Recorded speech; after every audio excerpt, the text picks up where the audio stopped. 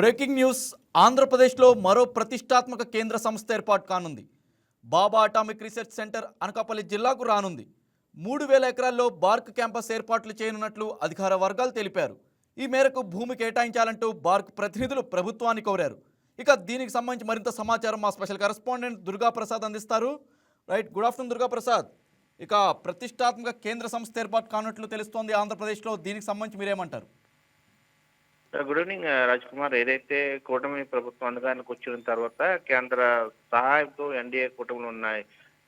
కూటమి చూస్తుంటే ప్రభుత్వం ఏర్పాటు చేసిన దగ్గర నుంచి కూడా ఓవైపు అభివృద్ధి కార్యక్రమాలతో పాటు మరోవైపు సంక్షేమ కార్యక్రమాలు చేస్తుంది. ఇటీవల జరిగిన ఎంఓఐలు కూడా అనేక పెట్టుబడి సదస్సులో కూడా అనేక ఎంఓఐలు జరిగిన నేపథ్యం కూడా మనం చూడడం జరిగింది. సుమారు 14 లక్షల కోట్ల రూపాయలు పెట్టుబడి పెట్టింది కూడా ఆసక్తి చూపించిన అంశాన్ని మనం చూస్తాం. అయితే ఈ నేపథ్యం మరొక కంపెనీ కూడా ఒక ఇండస్ట్రీ నెలకొల్పేందుకు ప్రభుత్వాన్ని కోరినట్టుగా మనం చూడొచ్చు. ఏదైతే అనకాపల్లి జిల్లాలోని బాబా అటామిక్ రీసెర్చ్ సెంటర్స్ విస్తరించాలని కూడా సంస్థ నిర్ణయించింది. అయితే అనకాపల్లి జిల్లాలో ఇప్పటికే అది 3000 ఎకరాలు ఉన్న తన పరిశోధన అభివృద్ధి ప్రాంగణాన్ని విస్తరించాలని చెప్పేసి కూడా వారికి యోచిస్తుంది. ఈ నేపథ్యంలో ఇందుకోసం 366 ఎకరాల భూమి కేటాయించని కూడా ఏపీ ప్రభుత్వాన్ని సంస్థ కోరింది. దీనికి సంబంధించి వ్యూహాత్మక కారణాలతో అది బాబా అటామిక్ రీసెర్చ్ సెంటర్ కొత్త ప్రాంగణాన్ని కూడా విశాఖపట్నం సమీపంలో ఉన్న తూర్పు తీరంలో ఏర్పాటు చేసేందుకు ప్రణాళిక చేస్తుంది. దీనికి సంబంధించి ప్రభుత్వాన్ని కూడా రిక్వెస్ట్ చేయడం జరిగింది. ఏదైతే